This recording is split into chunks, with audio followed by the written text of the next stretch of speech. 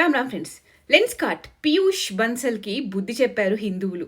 ఇదిగో stock market price ఇలా పడిపోతుంది, షాపులకు వెళ్ళి బొట్లు పెడుతున్నారు, ఇలా చెప్పులతో కొడుతున్నారు, దెబ్బకి ఇక మీద బొట్టు పెట్టుకోవచ్చు, కాషాయ దరం కట్టుకోవచ్చు ఇక్కడ పనిచేసే వాళ్ళు అంట. ఎవడికి ఏం వేసుకోవాలో చెప్పడానికి ఎవడు వీడు. friends and पता है उन्होंने मुझे बताया कि नमिता तुम हेल्थ के बारे में इतना बताती हो, do you know the health benefits of namaz and it's truly incredible. Number 1, it's a full body exercise.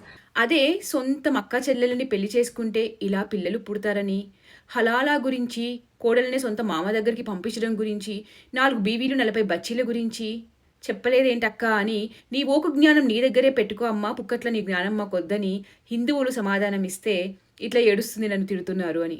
ఇప్పుడు వినీతా సింగ్, ఈమె షుగర్ కాస్మెటిక్ సీఈఓ. వీళ్ళంతా సోనీ టీవీలో షార్క్ ట్యాంక్ ప్రోగ్రామ్ లో వస్తారు. హిందువు మన దేవాలయాల దగ్గర ఆమె పువ్వులు అగరబత్తిల బిజినెస్ ఐడియా తీసుకుని డబ్బులు సహాయం కోసం వస్తే, ఈ రోజుల్లో ఈ తరం పిల్లలు పూజ చేస్తున్నారా? పూజ అంటే ఏంటో తెలుసా?